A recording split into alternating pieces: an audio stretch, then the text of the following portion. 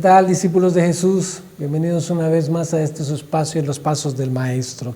Estamos desarrollando la lección número 14 allí de su material bajo el título La importancia del discipulado. Hemos ya revisado la cita bíblica a memorizar, hemos preguntado qué es ser discípulo, donde hemos descubierto que sencillamente ser un aprendiz de Jesús, aprendiendo del conocimiento de Cristo.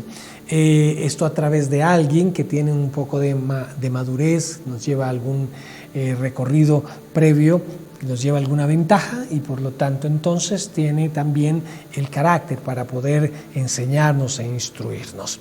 Vamos a responder a la pregunta y en su material puedes ver cómo dijo Jesús que nosotros llegaríamos a ser sus discípulos, y hay 3 citas maravillosas que responden a esta pregunta. La primera de ellas, Juan capítulo 8 versos 31 al 32, donde dice: dijo entonces Jesús a los discípulos que habían creído en él: si vosotros permanecéis en mi palabra, seréis verdaderamente mis discípulos y conoceréis la verdad, y la verdad os hará libres.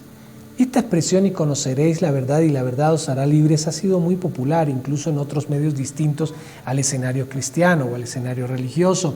Entonces, desafortunadamente, cuando Jesús dijo estas palabras, a quienes usan estas palabras que fueron dichas por el Señor Jesús, las desligan del contexto. Sí, la verdad os hará libre, debes saber la verdad, y una vez conozcas la verdad, esto te va a liberar. Sí, tiene muchísimo sentido, por supuesto, pero cuando Jesús dijo estas palabras, estaba hablando de discipulado, y dijo entonces Jesús a los discípulos que habían creído en él: si vosotros permanecéis en mi palabra, seréis verdaderamente mis discípulos y conoceréis la verdad, y la verdad os hará libres.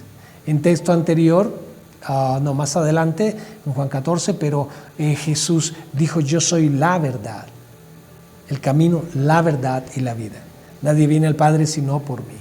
Y cuando Jesús dijo esas palabras, dejaba claro que cuando usamos la expresión la verdad en el campo cristiano, nos referimos a la persona de Jesús. Y entendiendo eso previamente y poder abordar la cita cuando dijo a los judíos que habían creído en él: si vosotros permanecéis en mí, seréis verdaderamente mis discípulos. Ahí está indicando cómo llegó a ser discípulo de Jesús, permaneciendo. Si vosotros permanecéis en mi palabra, permaneciendo en su palabra.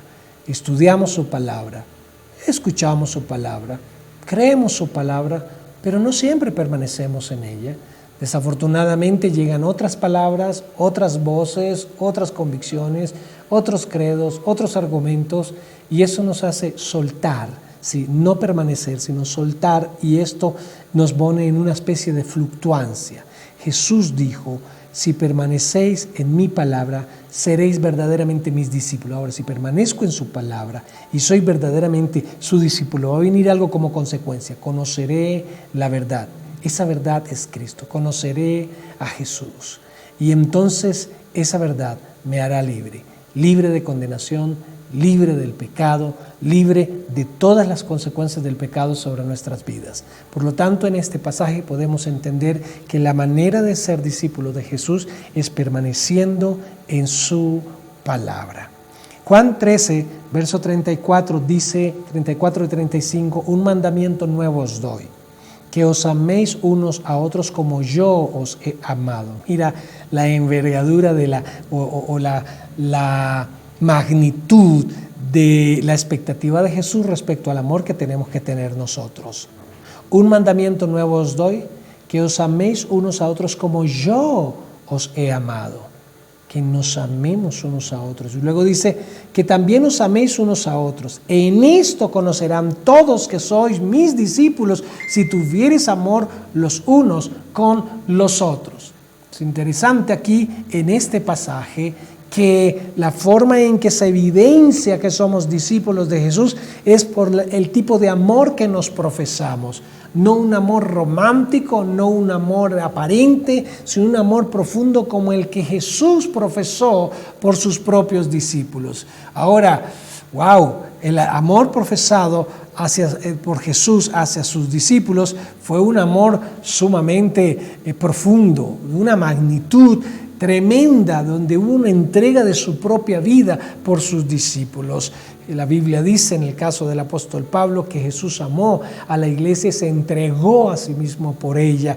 Así es el amor de Jesús.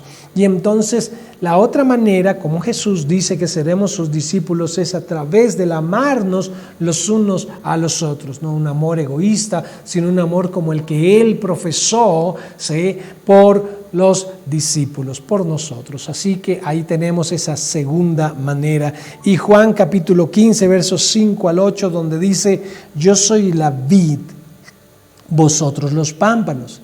El que permanece en mí y yo en él, éste lleva mucho fruto, porque separados de mí nada podéis hacer. El que en mí no permanece será echado fuera como pámpano y se secará, y los recogen y los echan en el fuego y arden. Si permanecéis en mí y mis palabras permanecen en vosotros, pedid todo lo que queréis y os será hecho. En esto es glorificado mi Padre, en que llevéis mucho fruto y seáis así mis discípulos. El texto deja claro cómo ser discípulo de Jesús, llevando mucho fruto. Ahora, aquí hay una secuencia de eventos. Llego a ser discípulo de Jesús. ¿Cómo? Llevando mucho fruto. Sí, pero para llevar mucho fruto debo permanecer en Cristo, ¿sí? Porque separado de Él nada puedo hacer. Y si permanezco en Él, entonces, y sus palabras permanecen en mí, entonces podemos pedir todo lo que queremos y nos será hecho. Ahí notas una secuencia de una cadena de acontecimientos. Entonces, para ser discípulo de Jesús debo dar mucho fruto, pero para dar mucho fruto debo permanecer en Cristo y sus palabras permanecer en mí. Así que todo esto indica que permaneciendo en Jesús, llevando mucho fruto, soy discípulo de Jesús, pero para hacerlo entonces debo permanecer, su palabra debe permanecer en mí, yo debo permanecer en Cristo Jesús. Así dijo Jesús. Ahora, nota que si discípulo es ser un aprendiz, cualquiera diría, bueno, entonces ser un discípulo de Jesús es simplemente una persona que está leyendo la Biblia y así está aprendiendo. Bueno, eso podría tener... eso sería parte del proceso, pero no es el total ni la esencia del proceso, ¿sí? Porque pues el aprendiz no solamente está conociendo a Jesús de una forma bibliográfica.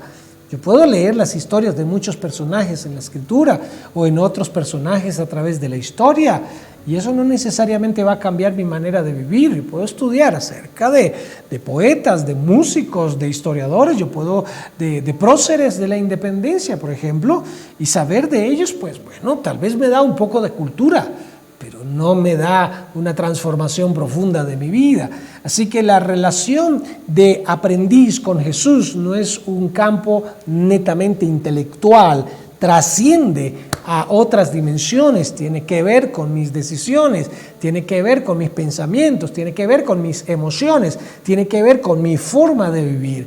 Así que cuando se pregunta cómo dijo Jesús que llegaríamos a ser sus discípulos, cualquiera respondería, pues leyendo la Biblia, yendo a la iglesia. Claro, esas son disciplinas espirituales que obviamente debemos practicar todos nosotros, pero a esta respuesta, a esta pregunta, o la respuesta a esta pregunta, llegaríamos a ser sus discípulos permaneciendo en su palabra, no solamente leyéndola, sino permaneciéndola, amándonos unos a otros, lo que evidencia que la palabra dejó de ser una teoría y se convirtió en una acción, se convirtió en una práctica que se manifiesta en el amor los unos por los otros y llevando mucho fruto como resultado de que la palabra permanece en nosotros y nosotros permanecemos en Cristo Jesús. Ahí entonces notamos que ser discípulo de Jesús no es algo académico, es algo mucho más trascendental que abarca toda nuestra manera de vivir. Ahora observemos el pasaje de Mateo 28. Es un pasaje muy conocido, denominado allí en los títulos de la Biblia como la Gran Comisión. Y hay una pregunta acerca de este pasaje, o 3 preguntas acerca de este pasaje. ¿Por qué debemos hacer discípulos? ¿A dónde debemos hacer discípulos? ¿Y cómo debemos hacer discípulos? Y este pasaje dice así: y Jesús se acercó y les habló diciendo: toda potestad me es dada en el cielo y en la tierra. Por tanto, id y haced discípulos a todas las naciones, bautizándolos en el nombre del Padre, y del Hijo, y del Espíritu Santo, enseñándoles que guarden todas las cosas que os he mandado, y he aquí, yo estoy con vosotros todos los días, hasta el fin del mundo.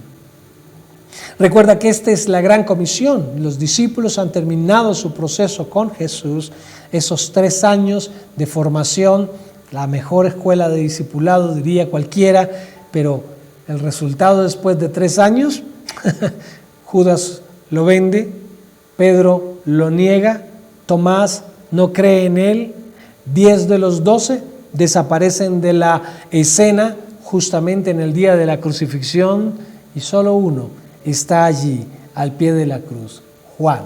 Yo suelo decir, los demás se graduaron de esta escuela de discipulado por ventanilla.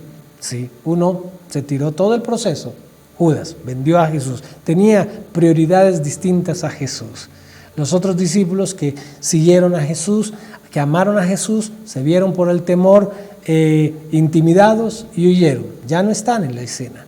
Pero cuando ya termina todo el proceso, los reúne allí y les da esta tarea y les ordena: vayan, hagan discípulos. Es un mandamiento. Y ahí entendemos entonces por qué hacer discípulos, porque es un mandamiento, donde dice, por tanto, id y haced discípulos.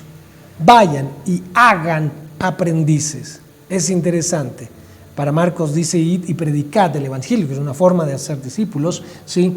Pero aquí tenemos a Jesús diciéndole a sus discípulos la forma de hacer, ¿por qué hacer discípulos? Yo los mando, es una comisión. Eso no era solamente para ellos 12, eso nos abarca a nosotros hoy, nos compromete hoy.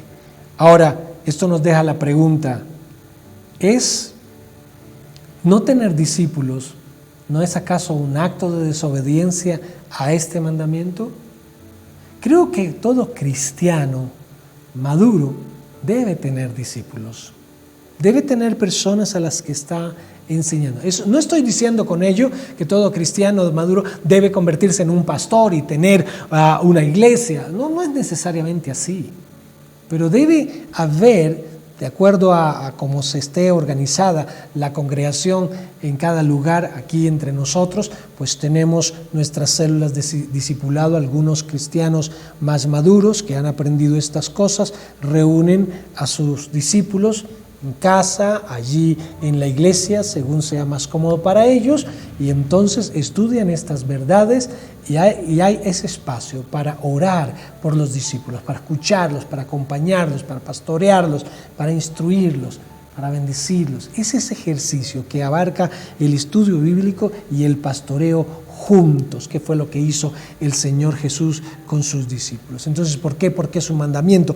¿A dónde? Jesús dijo: id y haced discípulos a todas las naciones. Esto tiene 2 enfoques: hagan discípulos en todas las naciones, como también hagan de todas las naciones discípulos, es decir, enseñar, discipular a las naciones. Así que alrededor de todo el mundo ha sido la idea en todo esto que desarrollemos discipulado, que hagamos discípulos en donde quiera que estemos. Y la tercera pregunta: ¿cómo se hace discípulo? Y él dice así: enseñándoles que guarden todas las cosas que os he mandado. Así que esta es, y dice luego también, enseñándoles que guarden todas las cosas que he mandado, y está con vosotros todos los días hasta el fin del mundo. Antecitos dice: bautizándolos en el nombre del Padre. Por tanto, id y haced discípulos a todas las naciones, bautizándolos en el nombre del Padre, del Hijo y del Espíritu Santo, enseñándoles que guarden todas las cosas que os he mandado. Ahora, el bautismo resulta ser un acto, sí, representativo de una realidad espiritual llamada nuevo nacimiento. Ha muerto para el mundo y ahora vive a una nueva vida. No es como una inscripción en una academia para tener unos conocimientos, adquirir unos conocimientos. Es una muerte a una vieja manera de vivir y es nacer a una nueva manera de vivir donde estas enseñanzas alimentan la nueva manera de vivir y definen la nueva manera de vivir. Nos vemos, el tiempo ha ido, nos vemos entonces en nuestro próximo episodio aquí en Los Pasos del Maestro.